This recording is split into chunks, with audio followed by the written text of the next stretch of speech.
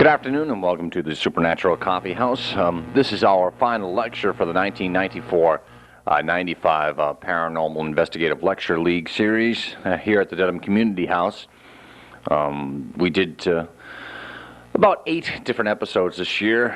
Loch Ness Monster, we did one on Bigfoot, on Sasquatch, the Bermuda Triangle, Prophecies of Doom, UFOs, among other things. And I'd like to thank Peggy and Mary at the Dedham Community House, all of the members of the Paranormal Investigative Lecture League for their insight and their time, Dan Murray, Tom Murray, Lawrence Nobile, Maria, Ellen M.J. Keene, Mike Lewis, all the people that attended our conferences and made it a success. We had nearly 250 people attend all of our sessions, and we have them all on videotape for posterity's sake. My name's John Horrigan. The reason why I'm recording this is because I'm either in transit from New Jersey, pulled over by the side of the road by a New Jersey state trooper hustling to get here, or I'm standing in the back of the room in a motley type of clothing. But today's subject is on Anthology of UFO crashes. Now, just to start off, the most recent quote-unquote UFO crashes or saucer crashes, I've heard of one happening in Colorado in 1989. That's all of the information I have. I've also heard of one recently in Siberia. So what I'd like to do is go over the classic UFO crashes today. And in time permitting, I'll go into Roswell, the quote-unquote big daddy of all UFO crashes. I guess the best way to start out is to look at some of the strange things that fall from our atmosphere. It has been recorded throughout history of large chunks of ice, blue ice, which sometimes comes from aircraft lavatories, fishes, frogs. It rained in California in the 1950s on a man's lawn, blood, so to speak, or red rain. So various anomalous artifacts have fallen from the sky. We know that we've all seen meteors, and if we're lucky, we've seen meteorites, which are meteors that have come to rest on the Earth's surface. Some bright ones are called fireballs, which could be actual cometary fragments or asteroidal fragments. When they enter our atmosphere, they burn up and they cause quite a sensation. But everybody has an interest in space, not just NASA, but the Air Force, Army, and Navy. All have applications in space, and some of the super secret directorates like the CIA, the National Security Agency, the DIA, Defense Intelligence Agency, and the individual intelligence agencies within the military branches all have an interest in space and all have operational satellites in space. You have polar and equatorial launches. For instance, the Soviet, their commercial space, our commercial space program, I'll go into that first. Our commercial space program obviously comes from Cape Kennedy, Cape Canaveral, in Florida. That's where we launched the shuttle. And most above-table launches, our secret launches, come from Edwards Air Force Base, or Vandenberg, out on the West Coast. For the Soviet Union, their commercial or equatorial launches come off of the Kamchatkan Peninsula. Their cosmonautical endeavors. Their military applications or polar launches come from Tuyurtam.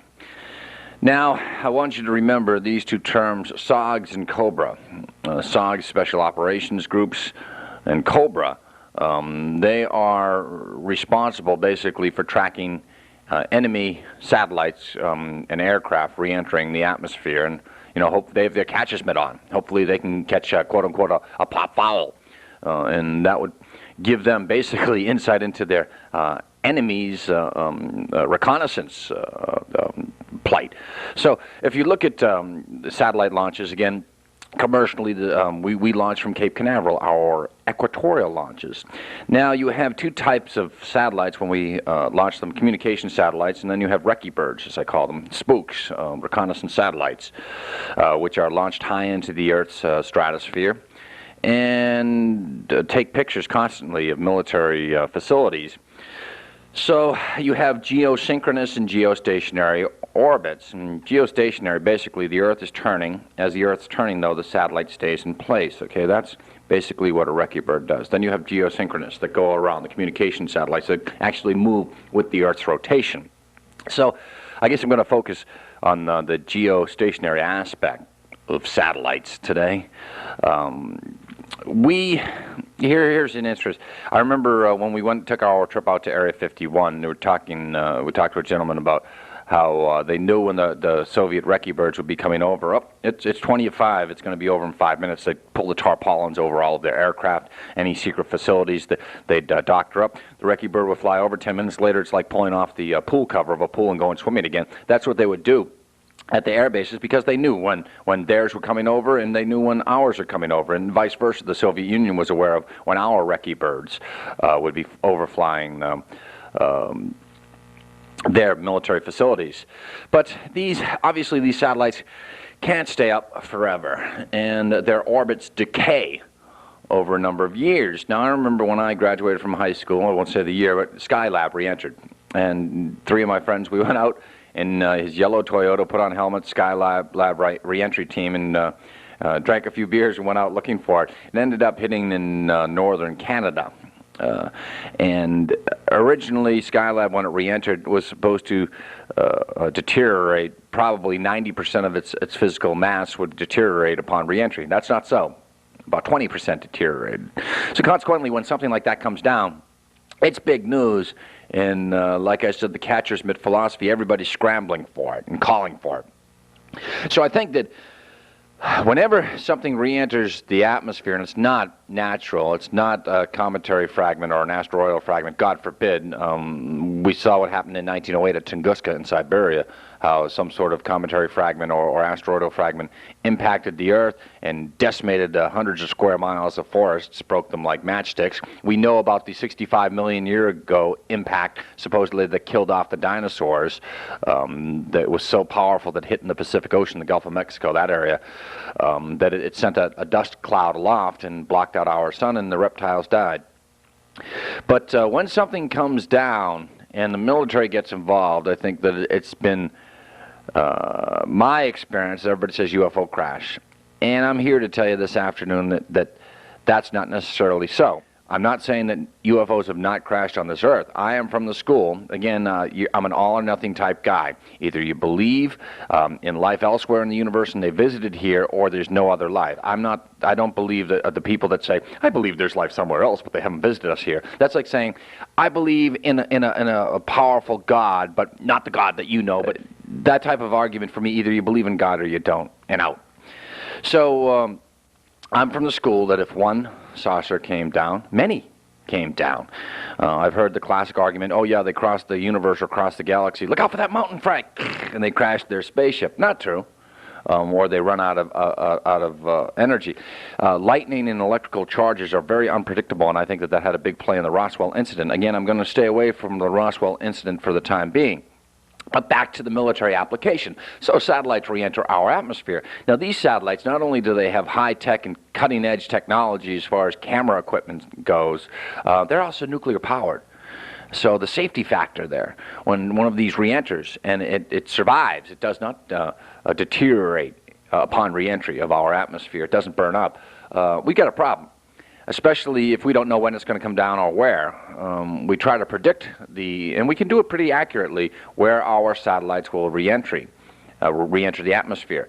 But when a Soviet one comes down, don't you think that there's a military application there? Don't you think that the United States Armed Forces and the Air Force is very interested to know, and those super secret agencies as well, is very interested to know what the Soviets have as far as technology, basically what is their camcorder that's been checking us out.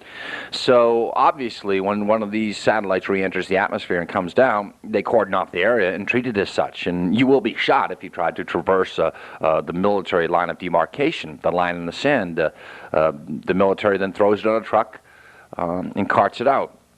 So I can understand where the idea of UFO crashes can get muddled somewhat when you bring in the military application.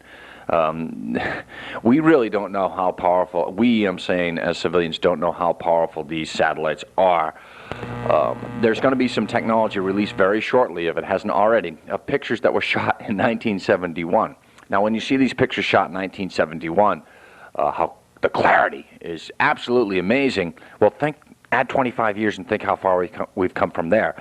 So a lot of the military things that have worked successfully for the military, once they're declassified and once they've grown obsolete, it's at that point that they're released to the public. And I think that Dan Murray could comment on that as far as some of the technology that we've acquired from the military. So it's a very dangerous thing if we cut back on the Air Force or we cut back on the Army, because as the armed forces grow technologically, we progress as a nation. We cannot. The Cold War is not over. Maybe the Soviets are regrouping, but we have 13 enemies, I think, in the Soviet Union as opposed to one giant enemy. Before, we both had our guns cocked at each other. Now they've got 13 guns on us because of these breakaway republics, which are far more dangerous. And then there's China. Watch what China does with Hong Kong.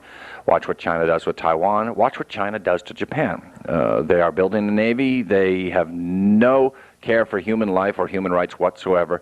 China is definitely a threat to world peace within the next few years, and watch what happens in Korea as well. Just know the military applications involved. When the military satellite comes down nuclear powered, not only is there a safety factor, but there's a covert military operational factor. And that's why special operations are involved, or Cobra being the retrieval, where we would sit off the Kamchatkan Peninsula just like they'd sit out in the South Atlantic, in the Sargasso Sea watching our launches, and just like they'd sit out in the Pacific watching our launches from the West Coast.